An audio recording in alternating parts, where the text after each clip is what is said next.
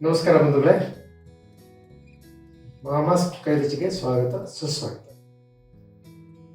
ಈ ದಿವಸ ನಾನು ಒಂದು ವಿಶೇಷವಾದ ಅಡುಗೆ, ಇದು ಹವ್ಯಕ್ ಅಡುಗೆಯಲ್ಲಿ ಬಹಳಷ್ಟು ಅದ್ಭುತವಾದ ಅಡುಗೆಗಳನ್ನು ಮಾಡ್ತಾರೆ. ಬಹಳಷ್ಟು ಅದ್ಭುತ ಅಂದರೆ ಅದ್ಭುತ. ನಾನು ಈಗ ನನ್ನ ಮಗ ವಿನಯ್ ಶ್ರೀನಿವಾಸನ ಹೆಂಡತಿ ಹವ್ಯಕ್ಸ್ ಆಗಿರೋದ್ರಿಂದ ಅವರ ಬಹಳಷ್ಟು ಅಡುಗೆಗಳನ್ನು ನಾನು ಇತ್ತೀಚೆಗೆ ರುಚಿ ನೋಡಿದ್ದೆ.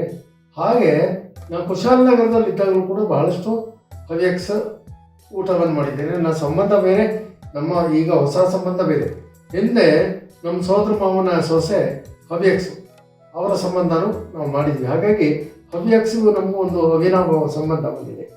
ಹಾಗಾಗಿ ಇವತ್ತು ಒಂದು ಹವ್ಯಕ್ಸ್ ಅಡುಗೆ ತೋರಿಸೋಣ. ಬೂದುಗುಂಬಳಕಾಯ್ದು ಈ 5 ಪೈಸದ ಬೆಲೆ ಥರ ಕಟ್ ಮಾಡಿ ಅದನ್ನು ಉಪ್ಪು ಹಾಕಿ ಬೇಯಿಸಿ ಅದಕ್ಕೆ ನಾವು ಮಸಾಲೆ ಹಾಕಿ ಮಾಡ್ತಕ್ಕಂಥ ಒಂದು ಬೂದುಗುಂಬಳಕಾಯಿ ಪಳದ್ಯ ಅಂತ. ಆ ಪಳದ್ಯಕ್ಕೆ ಇಂಗಿನ ಪ್ರಯೋಗವಿಲ್ಲ. ಶುಂಠಿ ಹಾಕಬಹುದು, ಒಂದ್ಸಲ ಶುಂಠಿ ಹಾಕಬಹುದು, ಒಂದ್ಸಲ ಬೆಳ್ಳುಳ್ಳಿ ಹಾಕಿ ಆ ಮಸಾಲೆ ಕೊಟ್ಕೊಂಡು ನಾವು ಮಾಡ್ಬೋದು. ಇವತ್ತು ನಾನು ಶುಂಠಿ ಹಾಕಿ ಮಾಡ್ತಕ್ಕಂಥ ಪಳದ್ಯವನ್ನು ತೋರಿಸ್ತಾ ಇದ್ದೀನಿ. ನಾನು ಆಪ್ಷನಲ್ ಆಗಿ ಇವತ್ತು ಗೋಡಂಬಿಯನ್ನು ಹಾಕ್ತಾ ಇದ್ದೀನಿ. ಗೋಡಂಬಿ ನಿಮಗೆ ರಿಚ್ನೆಸ್ಸು ಥಿಕ್ನೆಸ್ಸು ಎಲ್ಲ ಕೊಡುತ್ತೆ. ಹಾಗಾಗಿ ನಾವು ಗೋಡಂಬಿಯನ್ನು ಹಾಕ್ತಾ ಇದ್ದೀವಿ. ಈ ಅಡುಗೆನ ಯಾರು ಹೇಳ್ಕೊಟ್ರು ಅಂತ ಒಂದು ಕುತೂಹಲ. ಯಾಕೆಂದ್ರೆ ನಾವೆಲ್ಲ ಮೂಲತಃ ಆ ಕಡೆ ಬೆಲ್ಟಲ್ಲಿ ಹೊನ್ನಾವರ ಶಿರಸಿ ಆ ಕಡೆ ಬೆಲ್ಟಲ್ಲಿ ಬೆಳೆದವರಲ್ಲ. ಹೀಗಾಗಿ ಹವ್ಯಕ್ಸ್ ಅಡುಗೆ ಆ ಬೆಲ್ಟ್ಗಳನ್ನ ಅಡುಗೆ ನಮಗೆ ಕಲಿಬೇಕು ಅಂದರೆ ಯಾರೋ ಒಬ್ಬರು ನಮಗೆ ಮಾರ್ಗದರ್ಶಕರು ಬೇಕು, ಒಬ್ಬರು ಟೀಚರ್ ಬೇಕು. ನನಗೆ ಸಿಕ್ಕಿರೋ ಟೀಚರು ನಮ್ಮ ಸೊಸೆ ಮೈತ್ರಿ ಹೆಗಡೆ ಅಂತ, ಅವ್ರ ತಾಯಿ ಗೀತಾ ಹೆಗಡೆ ಅಂತ, ಅವ್ರ ಯಜಮಾನರು ಮಹಾಬಲ ಹೆಗಡೆ ಅಂತ. ಅವ್ರು ಮೂಲತಃ ಹೊನ್ನಾವರದ ಹತ್ರ ಕರಿಕೆ ಅಂತ ಇದೆ, ಕರಿಕೆ ಗ್ರಾಮದವರು. ಅವರು ನನಗೆ ಈ ಅಡುಗೆನ ಹೇಳ್ಕೊಟ್ಟಿದ್ದಾರೆ. ಒಂದೇ ಅಲ್ಲ, ನನಗೆ ಬೇಕಾದಷ್ಟು ಸಲ ಬೇರೆ ಬೇರೆ ಅವರ ಶೈಲಿಯ ಖಾದ್ಯಗಳನ್ನ ಮಾಡಿ ಬಡಿಸಿದ್ದಾರೆ. ಅವರಿಗೆ ನಮಸ್ಕಾರ ಹೇಳ್ತಾ ಈ ಅಡುಗೆನ ಪ್ರಾರಂಭ ಮಾಡೋಣ. ಹವ್ಯಕ ಬ್ರಾಹ್ಮಣ ಶೈಲಿಯ ಬೂದುಗುಂಬಳಕಾಯಿ ಪಳದ್ಯಕ್ಕೆ ಬೇಕಾದಂಥ ಸಾಮಗ್ರಿಗಳು ಜಾಸ್ತಿ ಏನು ವೆರೈಟಿ ಸಾಮಾನಿಲ್ಲ, ತುಂಬ ವೆರೈಟಿ ಇಲ್ಲ. ಬೇಕಾದ್ದು ಧನಿಯಾ, ಇದು ಎಕ್ಸ್ಟ್ರಾ, ಇದು ಬೇಕು ಅಂದ್ರೆ ಹಾಕೋಬೋದು, ಬೇಡ ಅಂದ್ರೆ ಬಿಡ್ಬೋದು. ಗೋಡಂಬಿ, ಇದು ಜೀರಿಗೆ, ಕೊತ್ತಂಬರಿ ಸೊಪ್ಪು, ತೆಂಗಿನಕಾಯಿ, ತುಪ್ಪ, ಹಸಿಮೆಣಸಿನ್ಕಾಯಿ, ಹಸಿ ಶುಂಠಿ, ಉಪ್ಪು. ಈಗಾಗಲೇ ನಾನು ಉಪ್ಪು ಹಾಕಿ ಬೇಯಿಸ್ಕೊಂಡಿದ್ದೀನಿ. ಅದನ್ನು ನಾವು ತೋರಿಸ್ತೀವಿ ಹೇಗೆ ಮಾಡೋದು.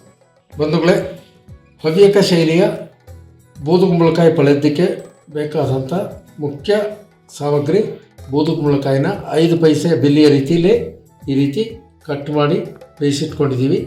ಮತ್ತು ಅದಕ್ಕೆ ಮುಖ್ಯವಾದ ಬೇಕಾದಂಥ ಪದಾರ್ಥ ಮೊಸರು. ಹಾಗಂತ ಇದು ಮಜ್ಜಿಗೆ ಹುಳಿ ಅಂತ ತಿಳ್ಕೊಬಿಟ್ಟು, ಮಜ್ಜಿಗೆ ಹುಳಿ ಬೇರೆ, ಈ ಅಡುಗೆ ಬೇರೆ, ಆ ರುಚಿಯೇ ಬೇರೆ, ಈ ರುಚಿಯೇ ಬೇರೆ. ಬೂದುಗುಂಬಳಕಾಯಿ ಪಳದ್ಯ ಮಾಡೋದಕ್ಕೆ ಸ್ಟವ್ ಹಚ್ಕೊಂಡು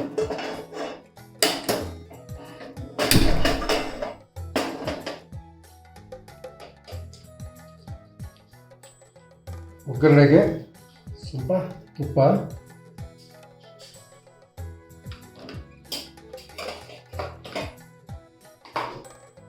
ಇದಕ್ಕೆ ಒಂದು ಸ್ವಲ್ಪ ಜೀರಿಗೆ, ಒಗ್ಗರಣೆ. ಇದಕ್ಕೆ ಸಾಸಿವೆ ಪ್ರಯೋಗ ಇಲ್ಲ.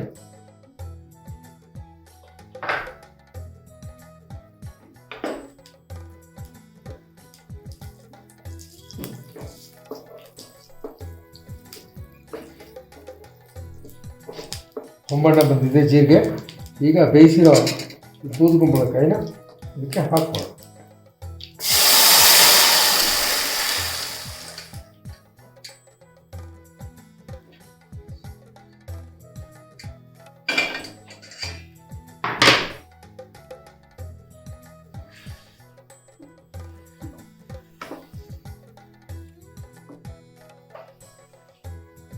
ಈಗ ಮಸಾಲೆಗೆ, ಬೂದುಗುಂಬಳಕಾಯಿ ಪಳದ್ಯದ ಮಸಾಲೆಗೆ ಬೇಕಾಗಿರ್ತಕ್ಕಂಥ ಸಾಮಾನು ಸ್ವಲ್ಪ ತೆಂಗಿನಕಾಯಿ ಅಷ್ಟೇ. ನನಗೆ ಅವ್ರು ತೋರಿಸ್ಕೊಟ್ಟಿರೋ ಪ್ರಕಾರ ನಾನು ಹಾಕ್ಕೊತಾ ಇದ್ದೀನಿ.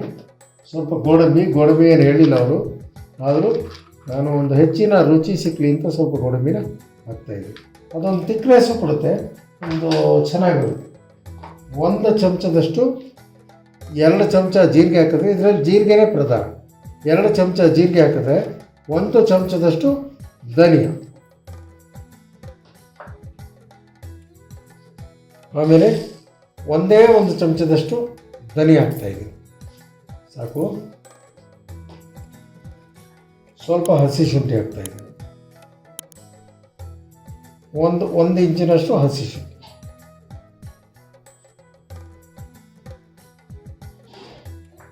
ನಾನು ಮಾಡ್ತಕ್ಕಂಥ ಅಡುಗೆನಲ್ಲಿ ಏನಾದ್ರು ವ್ಯತ್ಯಾಸ ಆಗಿದ್ದರೆ ದಯಮಾಡಿ ಈ ತೊಂದರೆ ಕ್ಷಮಿಸಿ. ಆದಷ್ಟು ನೀವು ಹೇಳಿಕೊಟ್ಟಿರೋ ಶೈಲಿಯಲ್ಲೇ ನಾನು ಮಾಡ್ತಾಯಿದ್ದೀನಿ. ಈಗ ಇದಕ್ಕೆ ಸ್ವಲ್ಪ ಮೊಸರು ಹಾಕೋಣ ರುಬ್ಬೋದಕ್ಕೆ. ಮತ್ತೆ ಮೊಸರು ಹಾಕ್ಬೇಕು. ಅದಕ್ಕೆ ಉಳಿದ ಮೊಸರನ್ನು ಇದಕ್ಕೆ ಹಾಕ್ಬಿಡೋಣ.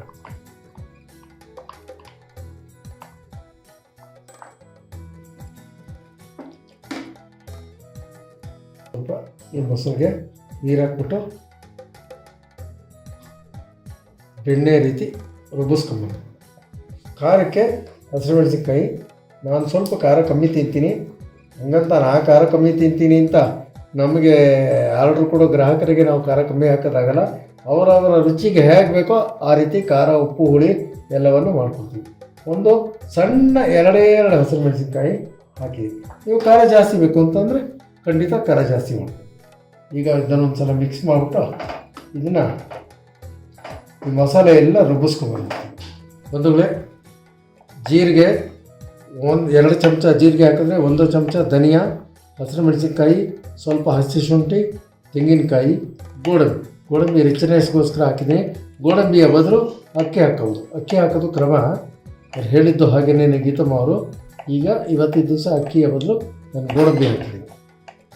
ಆಮೇಲೆ ಇದನ್ನು ರುಬ್ಬಿರೋದನ್ನು ಇದಕ್ಕೆ ಹಾಕಿ ನಾವು ಮಿಕ್ಸ್ ಮಾಡ್ಕೊಂಡು, ಈ ಹಸಿ ಶುಂಠಿ ಹಾಕೋ ಜಾಗದಲ್ಲಿ ಈಗ ನೀವು ಬದಲಾವಣೆ ಮಾಡ್ಕೋಬೋದು. ಒಂದು ದಿವಸ ಒಮ್ಮೆ ಮಾಡಿದಾಗ ನೀವು ಬೆಳ್ಳುಳ್ಳಿ ಹಾಕ್ಬೋದು, ಒಮ್ಮೆ ಮಾಡಿದಾಗ ಹಸಿ ಶುಂಠಿ ಹಾಕ್ಬೋದು. ನಿಮಗೆ ಹೇಗೆ ರುಚಿ ಬೇಕೋ ಹಾಗೆ ನೋಡಿ.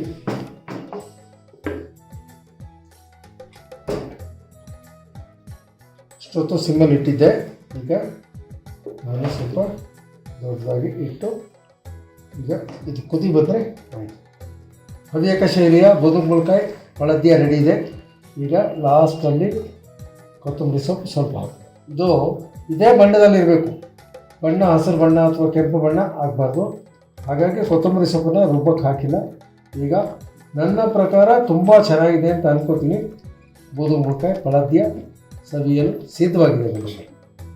ಬಂಧುಗಳೇ, ಈ ದಿವಸ ನಮ್ಮ ಬೀಗತಿಯವರಾದಂತಹ ಗೀತಾ ಹೆಗಡೆಯವರು ಹೇಳಿಕೊಟ್ಟಂತಹ ಒಂದು ಅದ್ಭುತವಾದ ಬೂದುಗುಂಬಳಕಾಯಿ ಹಳದಿಯನ್ನು ನಾವು ಈ ದಿವಸ ತೋರಿಸಿದ್ದೀನಿ. ನೀವು ಬೇರೆ ಬೇರೆ ಶೈಲಿನಲ್ಲಿ ಮಾಡ್ಕೋಬೋದು.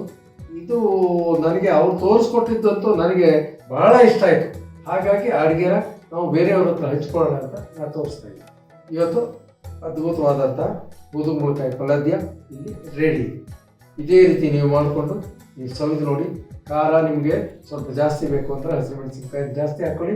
ಖಾರ ಮೀಡಿಯಮ್ ಇರಲಿ ಅಂದರೆ ಸ್ವಲ್ಪ ಹಸಿಮೆಣಸಿನ್ಕಾಯಿನ ಅವ್ರು ಹೇಳ್ಕೊಟ್ಟ ರೀತಿನ ಹಸಿಮೆಣಸಿನ್ಕಾಯಿ ಸ್ವಲ್ಪ ಕಮ್ಮಿ ಹಾಕಿ ನಾನು ಮಾಡಿ ತೋರಿಸ್ತೀನಿ. ಈ ನನ್ನ ಅಡುಗೆಗಳು ನಿಮಗೆ ಇಷ್ಟ ಆಗ್ತಾ ಇದ್ದರೆ ದಯಮಾಡಿ ಲೈಕ್ ಮಾಡಿ, ಶೇರ್ ಮಾಡಿ, ಸಬ್ಸ್ಕ್ರೈಬ್ ಮಾಡಿ. ಹಾಗೂ ಹೆಚ್ಚಿನ ಅಪ್ಡೇಟ್ಗಾಗಿ ಬೆಲ್ ಐಕಾನ್ನ ಪ್ರೆಸ್ ಮಾಡಿ. ನಾನು ಇನ್ನೊಮ್ಮೆ ಮತ್ತೊಮ್ಮೆ ಕೇಳ್ಕೊತಾ ಇದ್ದೀನಿ, ದಯಮಾಡಿ ನನ್ನ ಚಾನಲ್ ಮಾಮಾಸ್ ಕೈ ರುಚಿಯನ್ನು ದೊಡ್ಡ ಚಾನಲ್ನೆಲ್ಲ ಗೆಲ್ಲಿಸಿದ್ದೀರಾ ನೀವು. ತುಂಬ ದೊಡ್ಡ ಚಾನಲ್ನೆಲ್ಲ ಟಿ ವಿನಲ್ಲಿ ನಾನು ಬಹಳಷ್ಟು ಅಡುಗೆಗಳನ್ನು ತೋರಿಸಿದ್ದೆ. ಒಂದು 600 ಅಡುಗೆಗಳನ್ನು ತೋರಿಸಿದ್ದೆ, ಅದನ್ನು ಗೆಲ್ಲಿಸಿದ್ದೀರಾ. ಹಾಗೆ ನನ್ನ ಮಾಮಾಸ್ ಕೈ ರುಚಿಯನ್ನು ದಯವಿಟ್ಟು ಫಾಲೋ ಮಾಡಿ. ಈ ದಿವಸ ರೆಡಿ ಇದೆ. ದಯವಿಟ್ಟು ನಿಮಗೆ ಸಾಧ್ಯವಾದಷ್ಟು ಹೆಚ್ಚು ಅಡುಗೆಗಳನ್ನು ನಾವು ತೋರಿಸೋ ಅಡುಗೆಗಳನ್ನ ಮಾಡಿಕೊಂಡು ಅಕ್ಕಪಕ್ಕದವರು ಬಂದು ಬಳಗದ ಜೊತೆ ಹಂಚಿಕೊಂಡು ಸವಿಯಿರಿ ಅಂತ ಪ್ರಾರ್ಥಿಸ್ತಾ ನನ್ನ ಅನಂತ ಧನ್ಯವಾದಗಳು. ನಮಸ್ಕಾರ.